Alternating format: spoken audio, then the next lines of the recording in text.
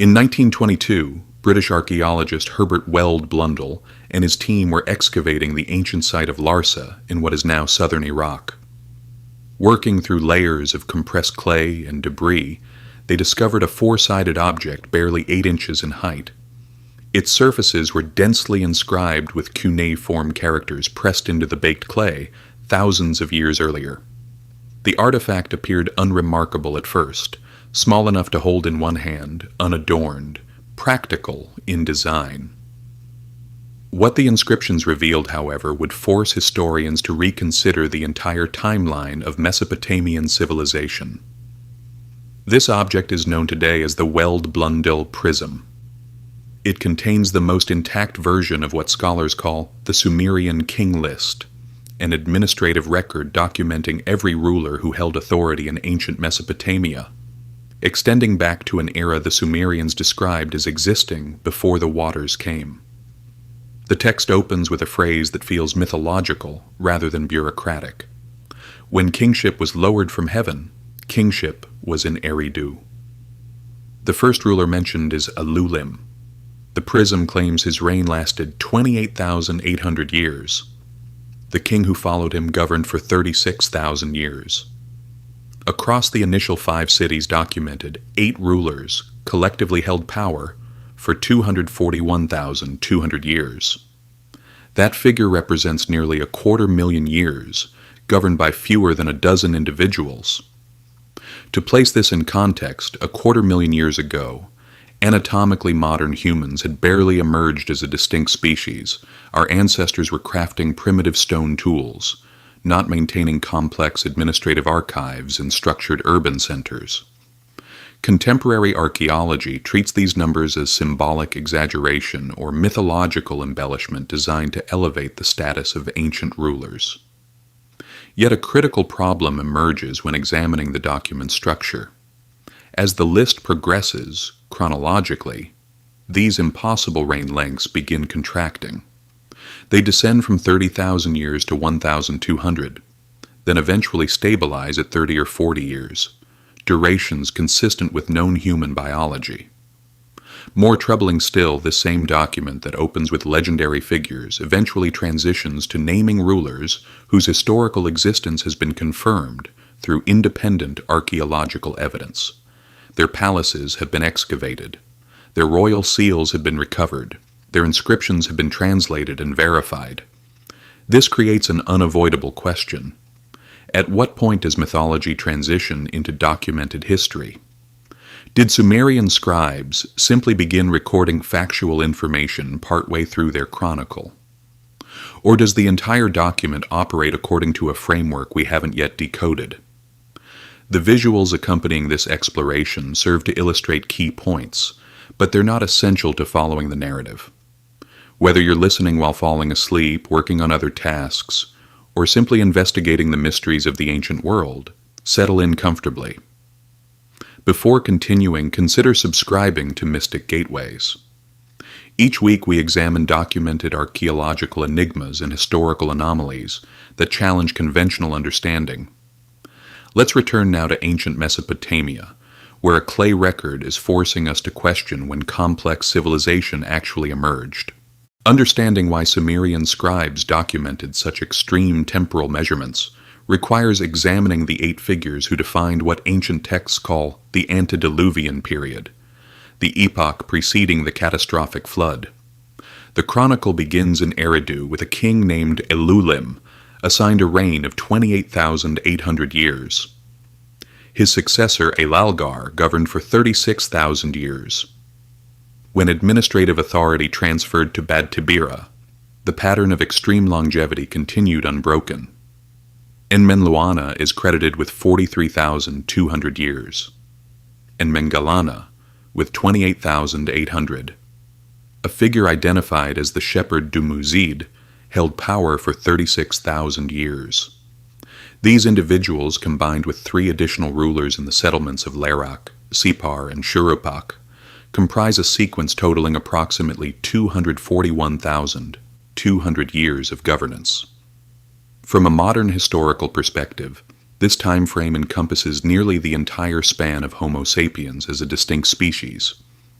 Yet Sumerian record keepers documented these figures with the same systematic precision they applied to tracking agricultural yields and astronomical observations. This consistency suggests they perceived an internal logic to these numbers, even if that logic remains opaque to us. The key to interpreting this logic lies in understanding Sumerian mathematical systems. While contemporary society operates on base 10 mathematics, ancient Mesopotamia utilized base 60, the sexagesimal system. This is why our modern timekeeping still divides hours into 60 minutes and circles into 360 degrees. Within the King List, these extraordinary reign lengths consistently appear as multiples of 60. The Sumerians employed specific chronological units, the SAR, equivalent to 3,600 years, and the NER, representing 600 years. Alulim's documented reign of 28,800 years, for instance, equals precisely 8 SARs. Academic consensus interprets these figures as symbolic rather than literal, mathematical expressions of divinity or exceptional status rather than actual temporal measurements. The argument suggests that just as we might describe someone as larger than life, without implying literal gigantism, the Sumerians used mathematically perfect reign lengths to communicate transcendent authority. The numbers function as cultural code indicating status rather than chronological fact. However, even accepting symbolic interpretation, the mathematical sophistication remains striking. The combined reign total of 241,200 years isn't arbitrary. Researchers studying ancient astronomy have noted these figures align with celestial mechanics, specifically the precession of the equinoxes, Earth's gradual axial rotation completing one full cycle approximately every 25,920 years. Why would a civilization supposedly developing fundamental urban infrastructure demonstrate obsession with astronomical cycles spanning 26 millennia? Recognizing such patterns requires sustained observational programs extending across multiple generations, an organizational capacity that precedes what standard chronologies assign to early Sumerian development. This astronomical precision has led some researchers toward alternative interpretation. Perhaps the King List preserves fragmented memory of an earlier sophisticated epoch predating conventional historical timelines, rather than documenting literal biological immortality. These reign lengths might represent entire dynastic periods or cultural epochs consolidated under representative names, similar to how the Victorian era encompasses decades of complex social evolution while being named for a single monarch. Under this model, Sumerians condensed centuries of institutional continuity into these mathematical structures, preserving chronological frameworks while eliminating the biological impossibility of 30,000-year-old individuals. Yet the text itself offers no such qualification.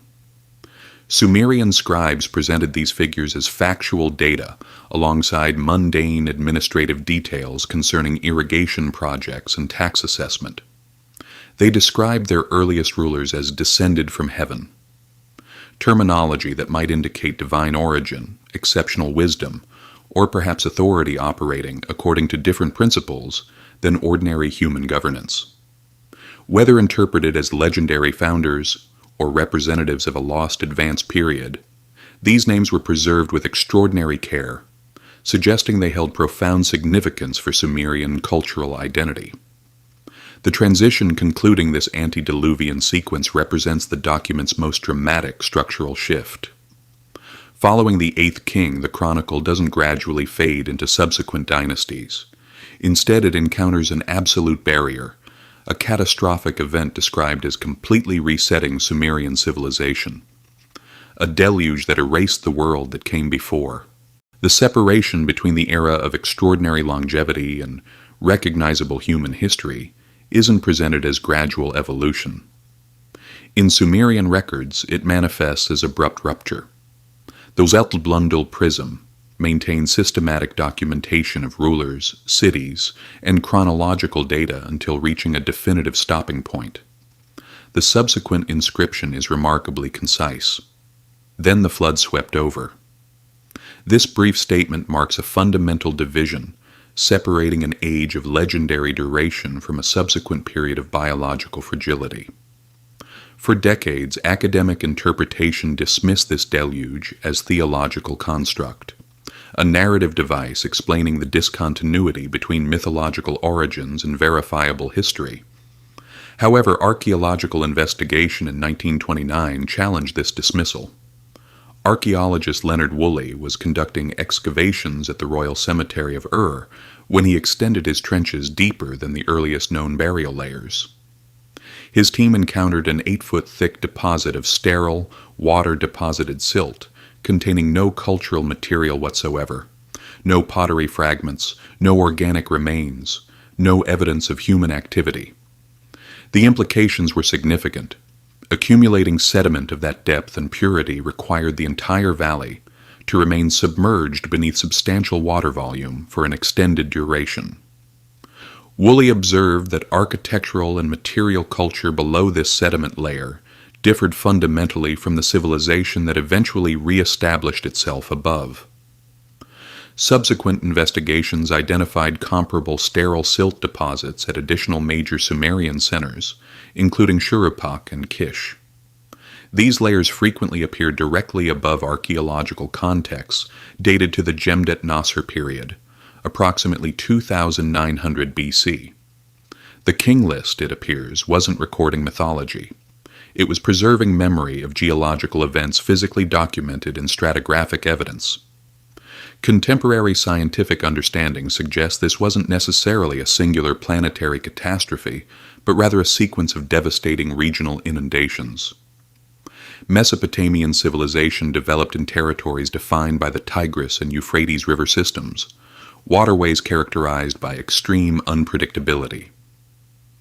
Geological research indicates that roughly 5,000 years ago, substantial glacial melt combined with extreme precipitation patterns likely caused these rivers to overflow their channels on unprecedented scale.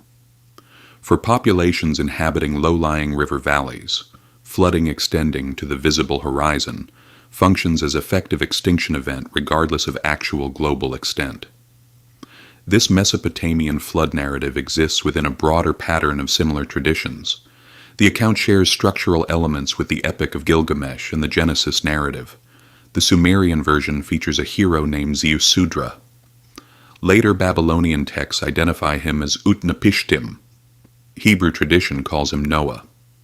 While specific names vary, the fundamental narrative components remain constant: forewarning of catastrophe, construction of survival vessel, preservation of small population group to facilitate civilizational continuity. The King List, however, treats this reset with notably bureaucratic tone.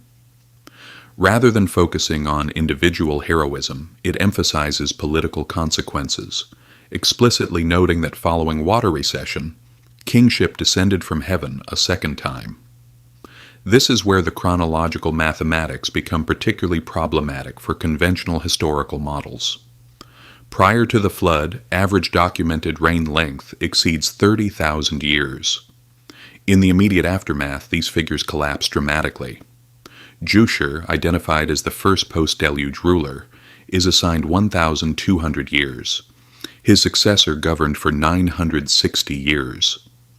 If regional flooding occurred circa 2900 BC and archaeologically verified rulers appear within subsequent centuries, these 1,000-year reigns would chronologically position the flood within an era where archaeological evidence doesn't support organized urban monarchy.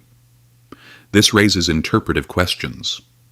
Why would Sumerian scribes document a decline pattern so precisely mirroring biological collapse? Some researchers propose the flood functions as conceptual placeholder representing catastrophic loss of technological knowledge or institutional infrastructure. Under this interpretation, the extended reigns characterize a sophisticated epoch so advanced that later, Sumerians could only quantify it through astronomical units, SARs and NERs. When this system collapsed, survivors inherited civilizational fragments. They lacked capacity to fully maintain or comprehend, effectively a culture experiencing collective amnesia, attempting reconstruction of a world literally submerged beneath Catastrophe. Following water recession and gradual reemergence of habitable land, Sumerian records describe civilization restarting in a city called Kish, where kingship was lowered from heaven once more. This marks the emergence of the first post-flood dynastic sequence. While these rulers retained extraordinary longevity compared to modern human lifespans, the scale of their authority had clearly diminished. The inaugural king of this reconstructed era was Jushur, documented as ruling 1,200 years. Kulasina Bel, his successor, governed for 960 years. Though these figures remain legendary when measured against contemporary biology, they represent dramatic reduction from the 30,000-year reigns characterizing the Antediluvian epoch. This section functions as chronological bridge connecting the immense legendary past with increasingly recognizable historical reality. The pattern, sometimes termed longevity decay, appears with remarkable consistency in biblical genealogies. Before the Genesis flood, figures like Methuselah achieved lifespans approaching a millennium. Immediately following the deluge, patriarchal ages enter steep exponential decline, eventually stabilizing at the conventional 70 to 80-year range familiar today. Within the King List, the Kish dynasty exemplifies this transitional phase. The text seemingly describes progressive dilution of divine kingship qualities following the catastrophe, leaving subsequent rulers with diminishing connection to their presumed celestial origins. Among the most intriguing figures from this reconstruction period is Etana, described as the shepherd who ascended to heaven and consolidated all lands. Conventional historical interpretation categorizes Etana as mythological hero. However, his name appears in later historically corroborated documents as a significant unifying political figure. Sumerian tradition preserved a dedicated epic recounting Etana's desperate quest for a plant of birth, required to secure dynastic succession. In this narrative, Etana rescues an injured eagle, which subsequently transports him skyward to locate the plant in celestial regions. The descriptive specificity in the Etana text is noteworthy for composition predating any known aviation technology. The narrative describes Earth visually contracting during ascent, land masses appearing as diminutive gardens, oceans resembling breadbaskets. This represents remarkably detailed visual documentation of altitude perspective, seemingly incongruous with a civilization lacking aerial observation capacity. Whether interpreting the eagle literally or as metaphorical representation of lost technological capability, Sumerian scribes clearly intended to communicate that early post-flood rulers retained specialized knowledge unavailable to ordinary populations. Nevertheless, documented lifespans continued contracting. By the later Kish dynasty, reign lengths declined to hundreds of years, then eventually stabilized in the 80 to 90-year range, steadily approaching recognizable human biological parameters.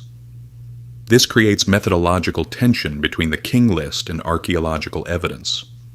If these rulers genuinely governed for 900 years, they would occupy historical periods for which we possess substantial material evidence. Yet archaeological investigation of 3rd millennium BC contexts reveals no evidence supporting such extreme individual longevity. This doesn't necessarily invalidate the names themselves. When biographical accounts describe individuals as titans who moved mountains, we don't conclude such people never existed. We recognize hyperbolic language. The Sumerians demonstrated extraordinary record-keeping discipline. When scribes documented that Etana ruled 1,500 years, they might have been consolidating multiple generations of his dynastic house under his name as representative founder, conceptually similar to using Tudor to encompass a century of English political evolution. This methodology suggests the King List functions not merely as personnel roster, but as comprehensive map of how Sumerians conceptualize their own civilizational decline, viewing themselves as descendants of giants, progressively diminishing to accommodate an increasingly constrained world. Yet as the document progresses temporally, we encounter a critical threshold where mainstream historical scholarship can no longer maintain interpretive distance. We reach rulers whose names appear not only on clay documents but on physical artifacts recovered from controlled archaeological excavation. For extended periods, academic consensus treated most King List entries as legendary constructs, functionally equivalent to rulers allegedly governing for tens of millennia. However, archaeological investigation eventually produced physical corroboration. Early 20th century excavations at Nippur uncovered multiple inscribed alabaster vessel fragments within the Temple of Enlil ruins.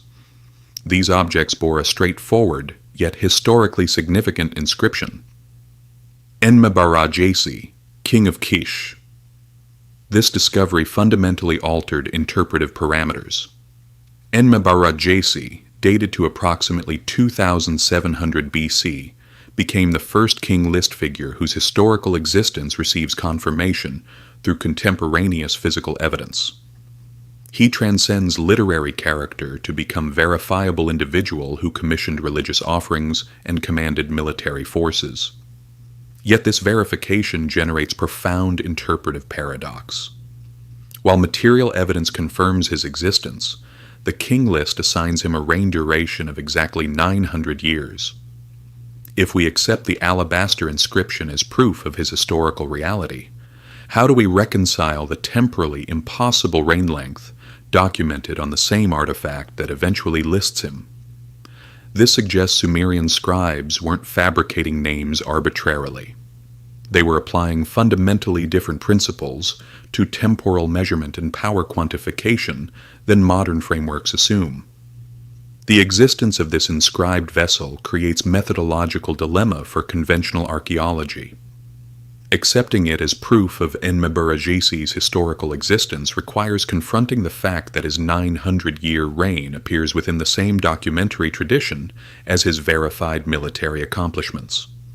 This implies the King List wasn't pure mythology, but rather carefully curated chronological framework designed to connect the legitimacy of a lost extended longevity epoch with the shorter reigns characterizing historical present.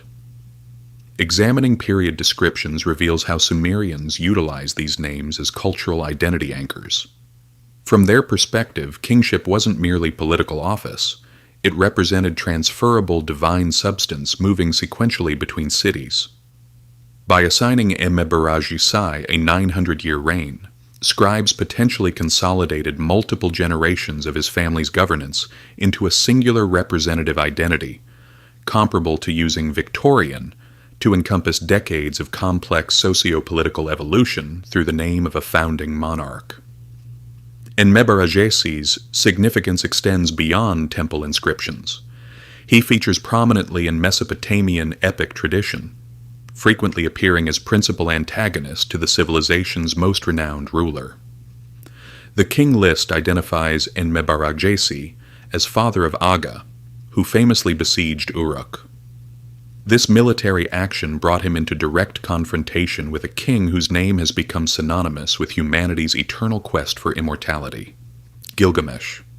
Gilgamesh was long considered purely legendary. However, his close textual association with the archaeologically verified Enmebarajesi raises compelling possibility.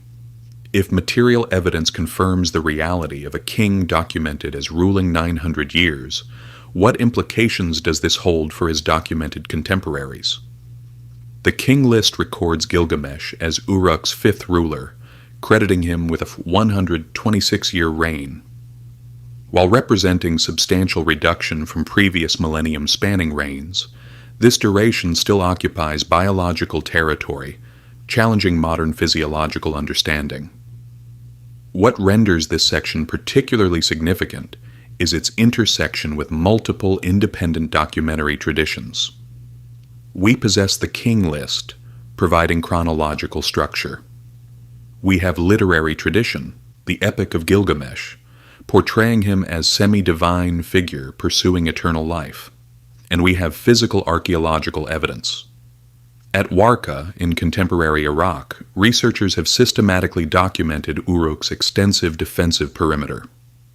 These fortifications extend approximately 6 miles, originally reinforced by nearly 900 defensive towers. Sumerian texts explicitly attribute these walls' construction to Gilgamesh, and the archaeological scale suggests engineering and labor mobilization perfectly consistent with the King List's description of dominant regional authority. Gilgamesh's presence on the identical artifact documenting historically verified figures like Enmeber-Ajesi substantially strengthens arguments for his actual existence. In 2003, archaeological teams reported potentially locating Gilgamesh's tomb beneath the former Euphrates riverbed, utilizing magnetic imaging to identify substantial subsurface structures, matching ancient textual descriptions. While the site remains largely unexcavated due to regional instability, these precise correspondences between textual description and physical evidence suggest the King List functions more as historical reference than previously acknowledged. As the document progresses beyond Uruk's heroic period, new patterns emerge. Reign durations continue contracting while textual focus shifts from legendary accomplishments toward practical matters of warfare and intercity competition. Kingship begins rapid geographical movement between centers including Adab, and Mari. This mobility pattern suggests the King List served as legitimacy instrument, a curated narrative privileging specific cities while consigning political rivals to historical erasure. If the document proves sufficiently accurate to guide us toward Uruk's walls and Kish's inscribed vessels, why does it comprehensively exclude some of the era's most powerful and archaeologically prominent rulers? Investigating why Sumerians documented such extreme temporal measurements requires examining not merely the ruler names, but the specific numerical values they selected. Across multiple King List versions, total antediluvian reign duration equals precisely 432,000 years. This is an arbitrary large number. It's a mathematical constant, appearing with notable consistency in ancient traditions globally, from Norse cosmology to Indian Vedic texts. Within archaeoastronomy research, scholars observe that 432,000 represents a significant multiple of 72, the exact duration in years required for Earth's axial precession to shift apparent stellar positions by 1 degree. Complete precessional cycle requires approximately 25,920 years. Dividing 432,000 by 60, Sumerian mathematical base, yields 7,200. These proportional relationships suggest Sumerians weren't merely recording political tenure, but encoding sophisticated understanding of celestial mechanics within their chronological framework. This creates substantial friction with conventional historical models. Standard chronologies position Sumerian development of basic urban administration around 3,500 BC. However, recognizing precessional cycles requires centuries of systematic astronomical observation. Tracking a 26,000-year celestial cycle cannot be accomplished within single-generation observation. It demands stable, multi-generational institutional observation programs predating officially recognized Sumerian civilization origins. Some researchers propose the King List functions as astronomical chronometer. By assigning these precessional numbers to earliest rulers, Sumerians might have been preserving memory of an epoch when human chronology and cosmic movements maintained synchronized correspondence. Under this interpretation, 432,000 years represent an era of cosmic order physically disrupted by the catastrophic flood, generating the irregular and progressively shorter reigns characterizing subsequent human dynasties. Examining the mathematics reveals how Sumerians employed these units to categorize extensive temporal blocks, the SAR representing 3,600 years, the NER indicating 600 years, the SOSS denoting 60 years. Total pre-flood duration frequently appears as 120 SARs. These represent elegant, precise numerical values suggesting mathematical sophistication typically associated with modern physics rather than early agricultural societies. This raises fundamental question. Were Sumerians documenting events as they occurred? Or were they attempting to reconstruct a lost chronology, utilizing the only stable reference available, celestial mechanics. Three primary interpretive frameworks exist for this document. Mainstream perspective. Numbers function purely symbolically, mathematically, communicating divine status rather than literal temporal measurement. Alternative theory. Reign lengths represent consolidated dynasties or cultural epochs compressed under representative founding names for administrative efficiency. Provocative third interpretation. The list preserves literal, though distorted documentation of a sophisticated civilization existing during Ice Age epochs, a period when humans tracked celestial mechanics with precision only recently being rediscovered. What renders the Weld-Blundell Prism particularly compelling is its potential preservation of events later tradition struggled to explain or remember. Rather than describing civilization as linear progression from primitive origins, the text suggests something different. It indicates early societies perceive themselves as inheriting remnants of an earlier world, one having already achieved substantial organizational sophistication before experiencing disruption. The document reads less as origin mythology and more as attempt to preserve institutional continuity following collapse. It reflects a culture attempting to reconnect with knowledge, authority, and order they believed previously existed but had become inaccessible. If these documented enigmas intrigue you, subscribe to Mystic Gateways. Each week we examine authenticated archaeological mysteries, analyzing evidence challenging conventional historical understanding. Thank you for watching. Until next time, maintain curiosity. The gateways continue opening.